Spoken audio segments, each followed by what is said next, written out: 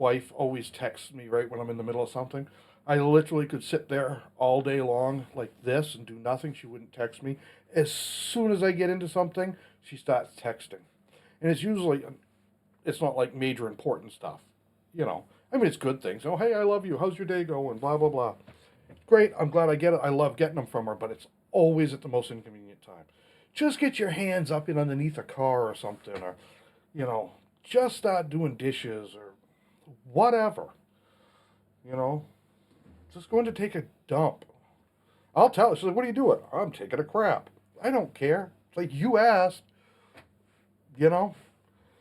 I know TMI, but still, I don't hold nothing back. So I'm Mike again. Welcome back to We Die Like Men. Um, I did like an intro video. Get to know me. I did a kind of a Q&A thing of just like top 30 or 50 questions, whatever that men get asked a lot, just to kind of clue you in as to who I am and a little bit, or a little bit more about the way I see things, and a little bit more about me. Now I'm going to go into a question that I get asked probably 3 or 4 times a month minimum. Oh, now what? Oh, just my son got to work. He works nights. So, besides being a firefighter and medic, I was a mechanic. Everything from heavy diesel. I was a master tech for the Thermo King refrigeration systems, boats, snowmobiles, ATVs, lawnmowers, weed whackers, chainsaws, and passenger cars. Some passenger car is probably where I have the least experience in a professional setting, but I've owned a lot of crap that I've had to fix myself. So I've kind of, had to do it all. And I get asked all the time, "Mike, what should I buy for a car? I need a new car. What should I get?" Or the way I actually really like it when they ask is, "I got to buy a new car. What should I avoid?" Because, you know, and for that, I especially if I know them well, I'll like steer them away from certain types of vehicles, only because I know that that's not going to work for them. Because they're like, "I don't know, a Subaru." And I'm like, "Hey, Subarus are an all right car. I got nothing against them, but I know you, and it ain't going to work for you. I know you because you don't take good care of it, and when a tire blows, you just throw a new tire on, and the other three are worn down, and you're going to destroy the all-wheel drive system because it doesn't like it." Owning all-wheel drives as we do as well as a four-wheel drive truck, yeah, you kind of replace all four because that's how the systems work. But I also get asked, what's reliable? Well, I pulled up, and it's got 8 least reliable cars in the United States. And I did the US because there's a lot of them worldwide that I don't recognize the car. It may be the same thing that we have here, just under a different name, but the models, like, I have no idea what that is. So, um, the most unreliable cars, we'll start with 8 and work our way up to 1. The Volkswagen ID4 and Genesis G70. They have a reliability score of 29 out of 100, placing them among the least reliable options. Genesis, that's what? Hyundai's kind of upper version, like their version of Lexus or Acura or Infiniti. Don't know a lot about them. There's a guy in the neighborhood that's got that might be a G70. Well, it's not a hatchback. It's a little two-door sports car thing. I don't know what model it is. I didn't even know it was a Genesis because he debadged it. I saw the wing thing on it and then ended up seeing a Genesis. Oh, that's what he's got. My son could probably tell me better exactly which model it is.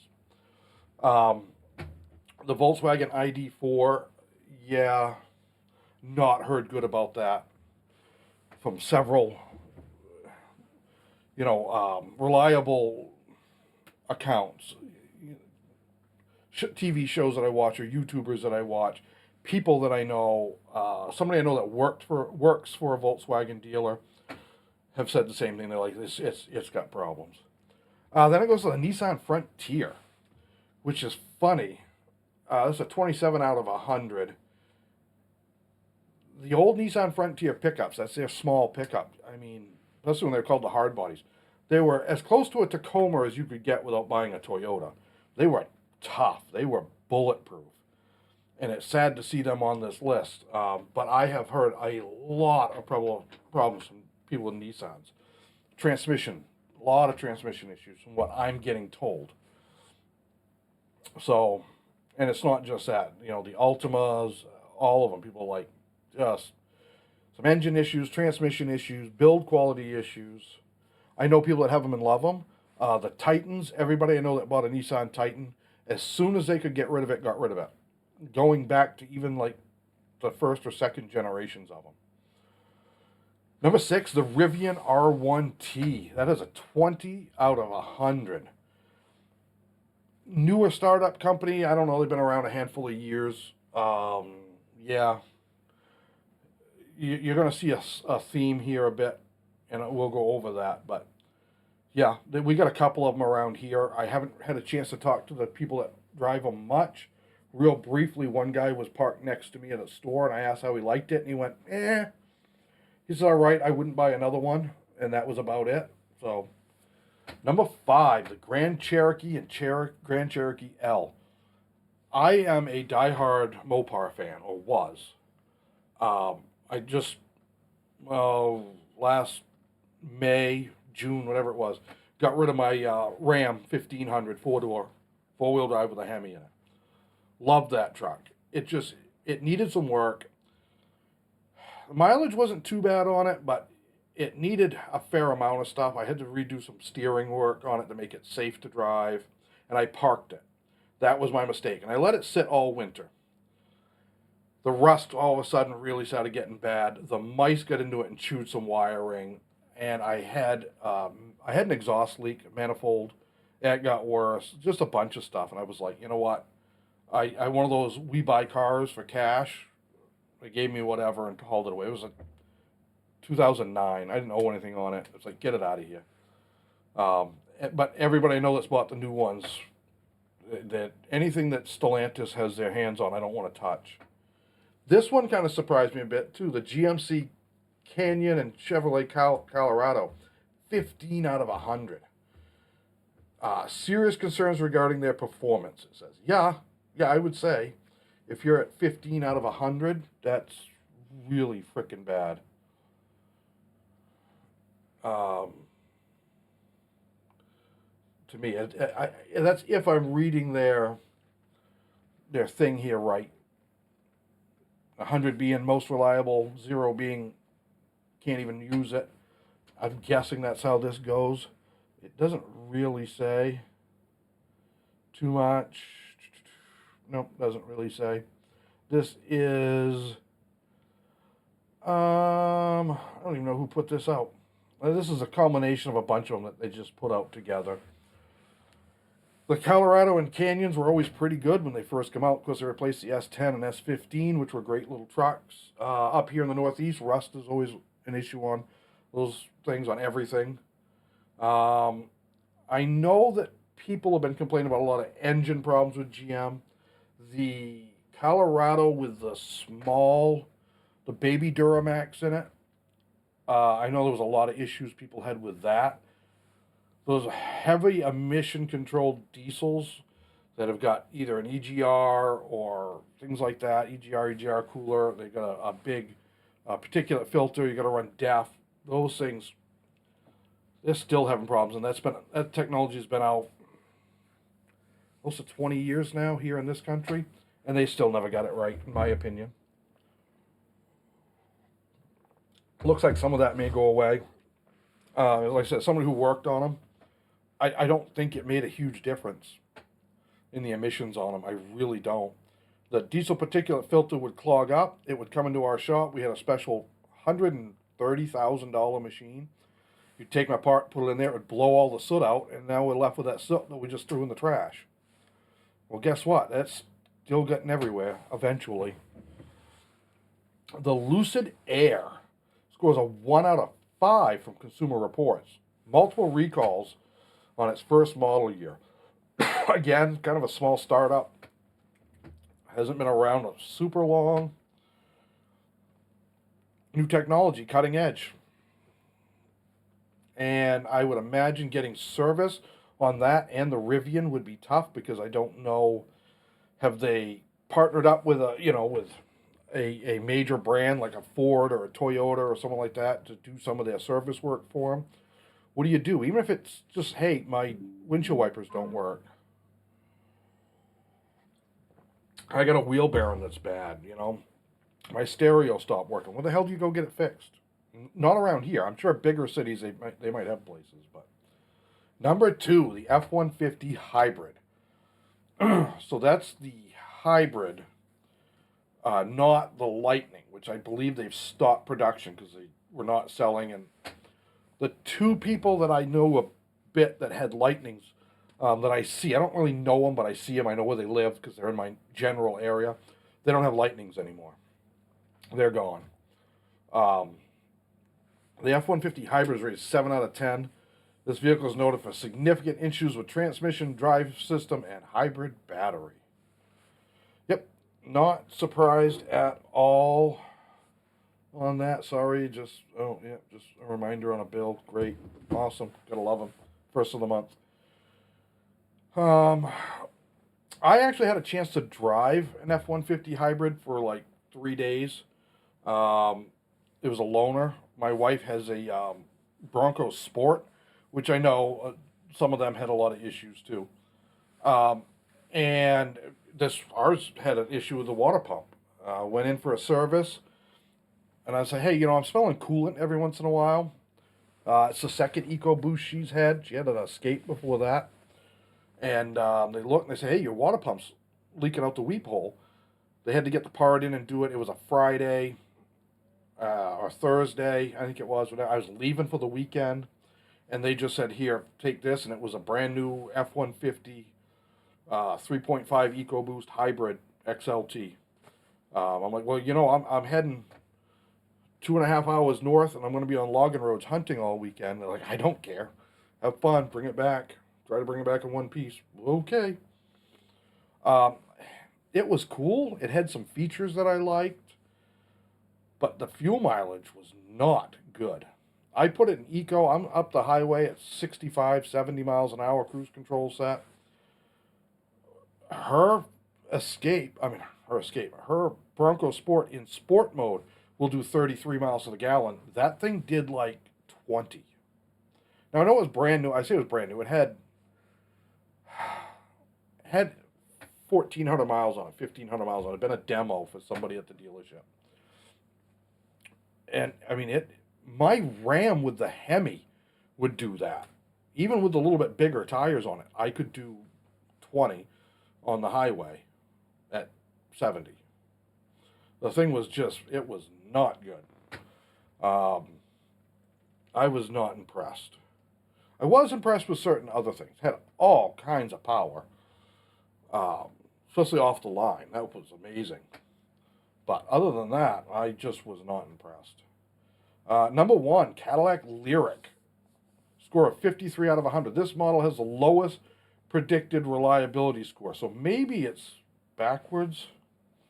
Maybe the lower the number, the better. I don't know, because that doesn't make sense. Of course, they're coming from different places, so it could be how they use theirs. To save you from the scenario, we've put together a list of 12. Okay. U.S. news. Okay, it is all U.S. news, I think. No, that's slash gear. That's slash gear. That's auto evolution. Okay. So maybe they're using different methods of it. Cadillac Lyriq. Lyriq, Lyriq, Lyriq, I believe. Again, it's a fairly newish model. It's not brand new. I don't remember when the Lyriq came out. It's been a few years, though. Cadillac isn't what it used to be.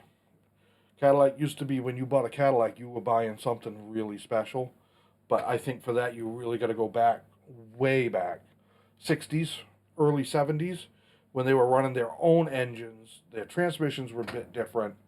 They weren't the same drivetrain as you got in a Buick, an Olds, a Pontiac, a Chevy.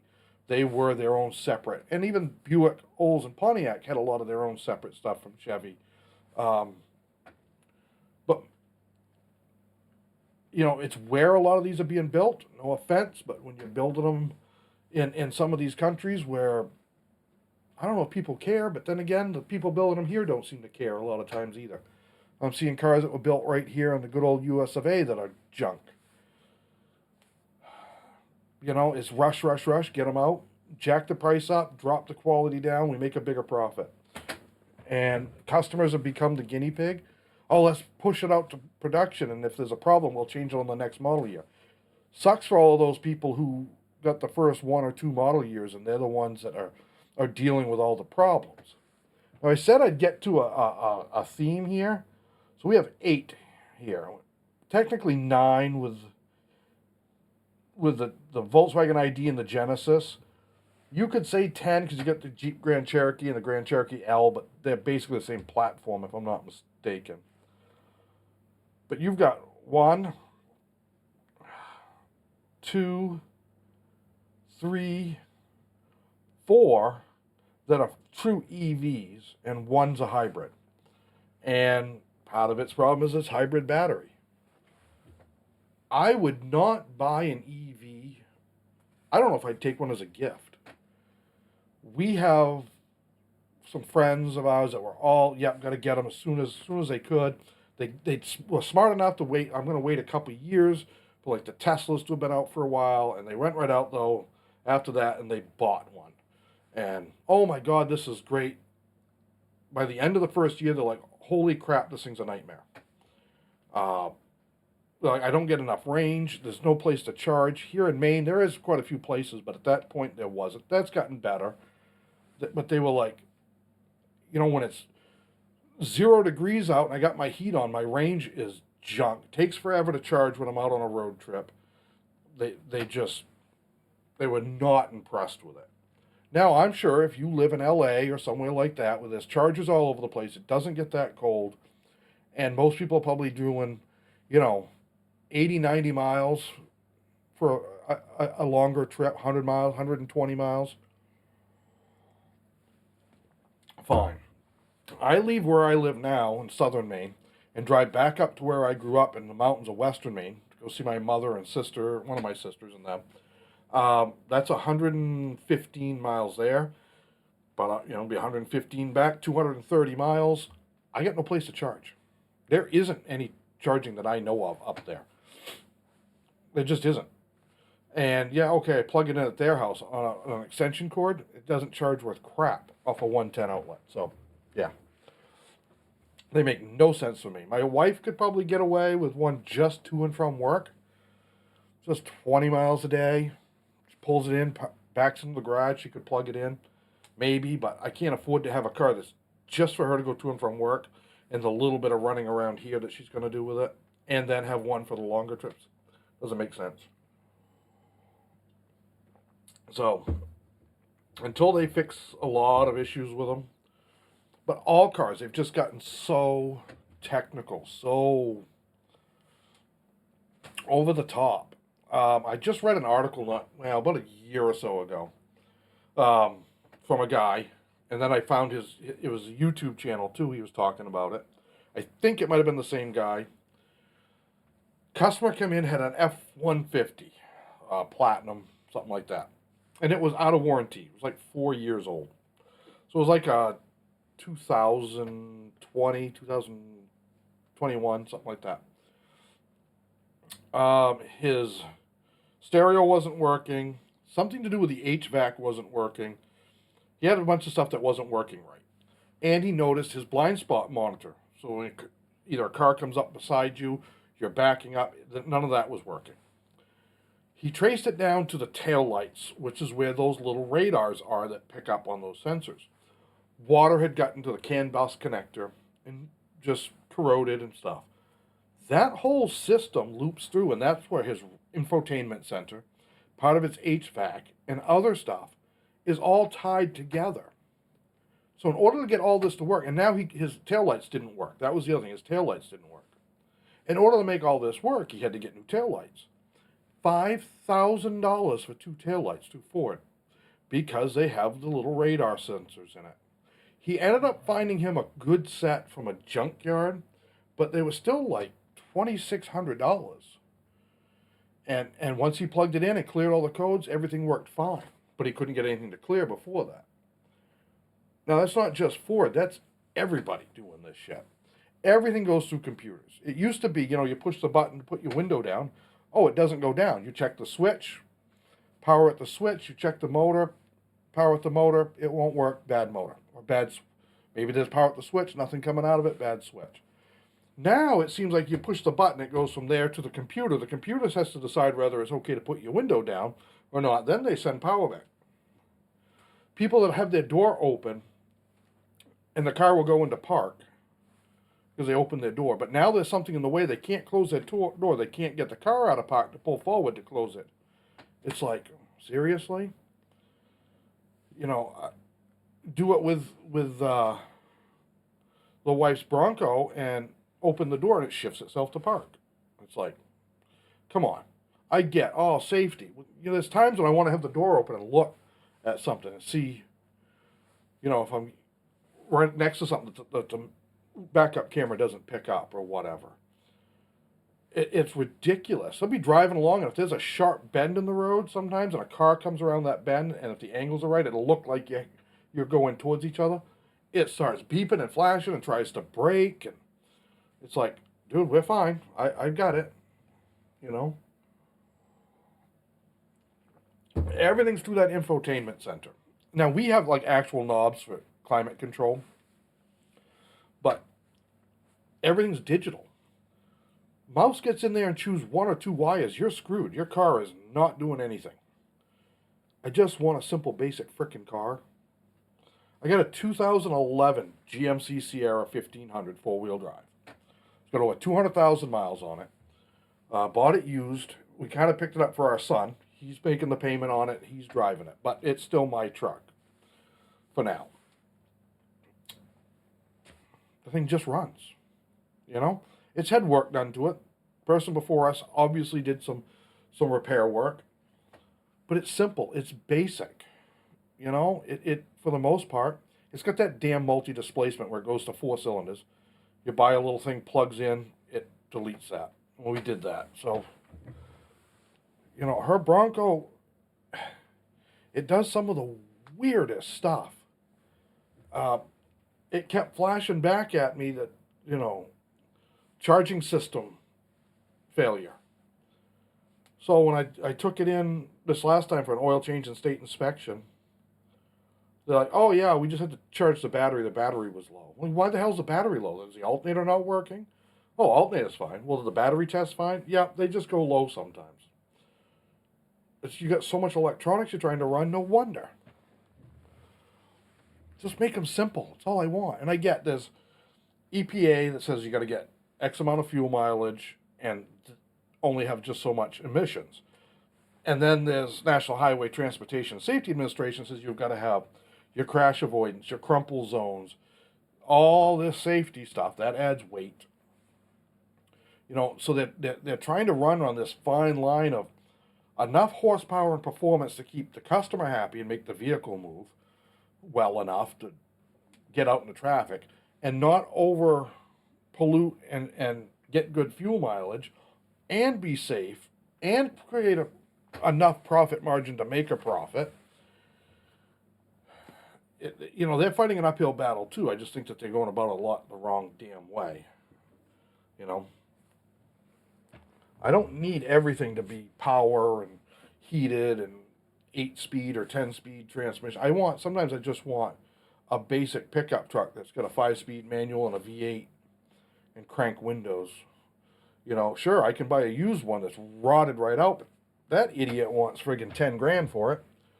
Well, if a new one's worth 80, this is going to be worth, it ain't worth crap till you're done fixing it. But that's my rant on cars. So, like I said, the people always ask me what to get. It's going to depend on what you need. So much depends on what you need. Minivan works great for somebody who got 3 kids and a dog, and you're going to sporting events, and you're 2 hours to grandma's house, and the grocery store, and occasionally run over to Home Depot and grab some potting soil or whatever. Or, hell, you lay all the seats down, you've got all kinds of room for plywood and 2x4s. But for a lot of us, like, I do not want a minivan. You can't tow a lot with them. They don't have a ton of ground clearance if you need that. You know, the only all-wheel drive one I know of in the U.S. is the Toyota Sienna. Good minivan. I know somebody that's got one. They like it. It's all-wheel drive. Works for what they need.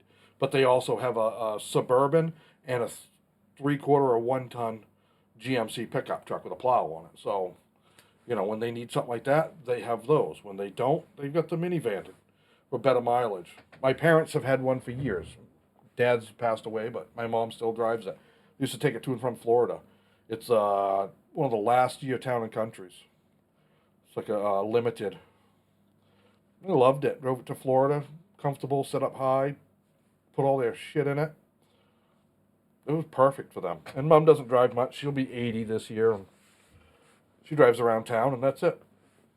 She really, really hates driving. Always did. So I wouldn't buy a lot of new things. And if anything I buy that's new, I get the extended warranty on, because unless you're going to pay it off in 3 years, you're going to be sitting there making payments on something that's probably broke down, and it costs so much to fix. What should have been or would have been years ago a $100 fix is now, you know, $1,800, $2,000. It's getting to the point we can't even do our own brake jobs or oil changes on something. Well, oil changes probably still can, but you know, cars are just getting to be junk. Have been for a while. And it's not just cars. I've seen it with so many different things that you can't repair it. You can't take care of it. Even if you have the knowledge and you have a lot of tools, you don't always have the right tools, and they just won't let you. Oh, you got to have the computer plugged in. Oh, you replace that alternator, or you replace that component. Yeah, it's got to be reprogrammed. No, you can't have the code to do that, even with the right to repair laws. No, that's got to come to the dealer. By the way, it's $500 for us to plug in and tell it, yeah, okay, go ahead and work. You know, they're trying to make things subscription. Some of them will try, oh, your heated seats that you paid for, your remote start you paid for, all of that. Yeah, that's, you know, $27.50 a month, and we'll turn it back on. I will say one thing about Ford. The wife has an app that we can remote start it, remote lock it, unlock it, tells us where it is. We can do a bunch of stuff. And when they were telling us about it the day we bought it, it's a 2023 Heritage. I said, how much is that a month? And the salesman looked at me jokingly and said, oh, it's $750 a month. And then he laughed. He goes, there's no charge. I said, oh, well, a lot of them are. He goes, yeah. He goes, Toyota and BMW are really pissing people off with that. So now we just, you know, it's great. I can start it, stop it, things like that. I can track it. I can do a remote shutdown if it gets stolen. I know what the fuel mileage is. I can't, like, change the HVAC settings. I wish I could, but can't in this one. But we, you know, usually they're going to be set for what you want from the day before or whatever. So it's really cool. All right, we're going to leave it at that. And that's my rant on cars. Obviously, questions, comments, tell me I'm an idiot. I don't care. I probably am. Throw in your experience. If you're a technician, let me know what you think some of the most unreliable. I know right now there's a lot of question, you know, a lot of the manufacturers and dealers like, we can't find techs. And, yep, well, that's because, you know, lots of reasons. One, you got to work on a lot of this junk. Flat rate sucks for the most part, and nobody wants to pay you.